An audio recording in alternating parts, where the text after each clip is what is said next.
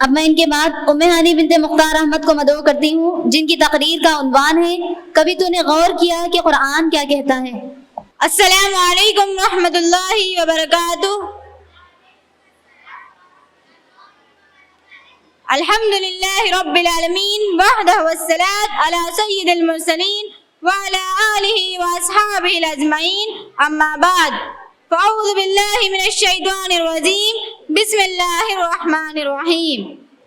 قابل احترام صدر جلسہ، مہمانان خصوصی، معزز معلمین و معلمات اور میرے ہمصفا علمی ساتھیوں اور سامعین و سامعات، میں ام ہانی بنت مختار احمد، میں صف الثالث اور 9th کلاس کی طالبہ ہوں۔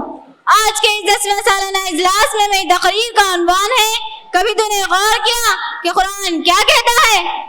سورہ محمد آدم 24 میں اللہ تعالیٰ کا ارشاد ہے افلا یتدبرون القرآن ام علی قلوب اقفالها، کیا وہ لوگ قرآن پر غور نہیں کرتے یا ان کے دلوں پر تالے لگ گئے ہیں۔ آج کے اس ترقی یافتہ دور میں لوگ ایک دوسرے سے آگے بڑھنے کے لیے آپس میں مسابقے کرتے رہتے ہیں، کبھی پہلا دوسرے کو تو دوسرا پہلے کو زیر کرنے کی کوشش کرتا رہتا ہے، اور ساتھ ہی ساتھ لوگ سائنس کی نئی ایجادات اور اس کی ترقی کو دیکھ کر صرف واہ کہتے ہیں اور کہتے ہیں کہ سائنس نے کیا ترقی کر لی کہ ہوائی جہاز کے ذریعے اڑنے لگے، کیا ترقی کر لی کہ سمندر کی تہ تک جانے لگے، کیا ترقی کر لی کہ ایسے روبوٹس بنائے جو ہو انسان کی طرح ہے، کیا ترقی کر لی کہ انسانی دل کی طرح کام کرنے والا دل بنا لیا۔ مگر افسوس کہ آج انہیں اپنے ہی جنس کی بنائی ہوئی چیزوں پر غور کرنے کی فرصت مل گئی، لیکن اتنی فرصت نہیں ملی کہ وہ اس بات پر غور کر سکے کہ اللہ کے کیا کیا معجزات ہیں، اللہ کے کیا کیا کرشمے ہیں اور تخلیق کیا ہے۔ حالانکہ ان تمام باتوں کا ذکر قرآن میں کھلم کھلا ہے، لہٰذا ان میں سے چند باتوں پر غور کرنے کی ضرورت ہے۔ آج جب انسان ہوائی جہاز کو آسمان میں اڑتا دیکھتا ہے تو ان کے بنانے والوں کی تعریفیں کرتا ہے، لیکن انسان نے کبھی اللہ کے اس خوف پر غور نہیں کیا۔ اللہ تعالیٰ کا ارشاد ہے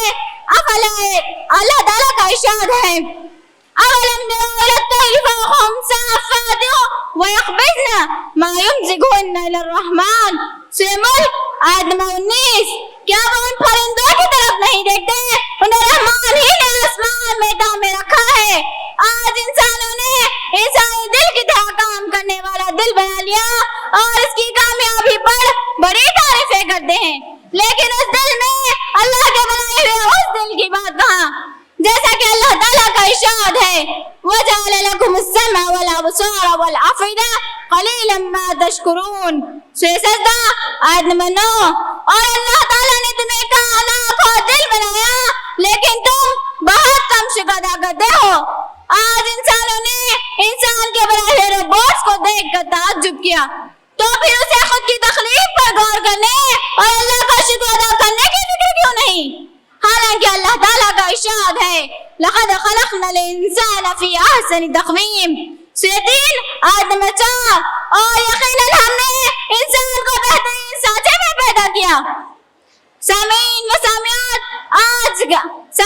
سامعات ذرا غور کریں، آج انسان دنیا کے 7 عجوبوں کو دیکھتا ہے تو بڑی حیرت مندی کا اظہار کرتا ہے اور اس کی تعمیرات کو دیکھ کر ان کے بنانے والوں کی تعریفیں کرتا ہے، لیکن انسان نے کبھی اللہ کے کرشموں کو سن کر یہ فکر لاحق نہیں ہوئی کہ وہ اللہ کی کتاب قرآن کی طرف پلٹے۔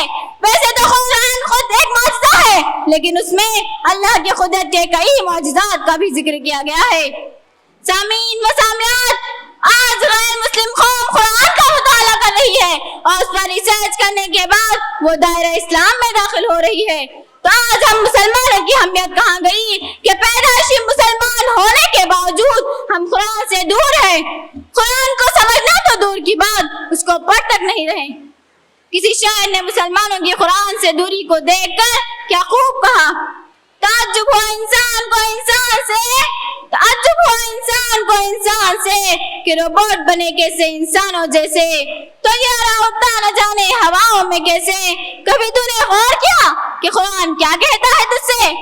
ذرا مجھ کو پڑھ پھر میں دکھاؤں گا کرشمے کیسے، ذرا مجھ کو پڑھ پھر میں دکھاؤں گا کرشمے کیسے، پھر مجھ پر عمل کر دیکھ میں تجھ کو آگے بڑھاؤں گا کیسے۔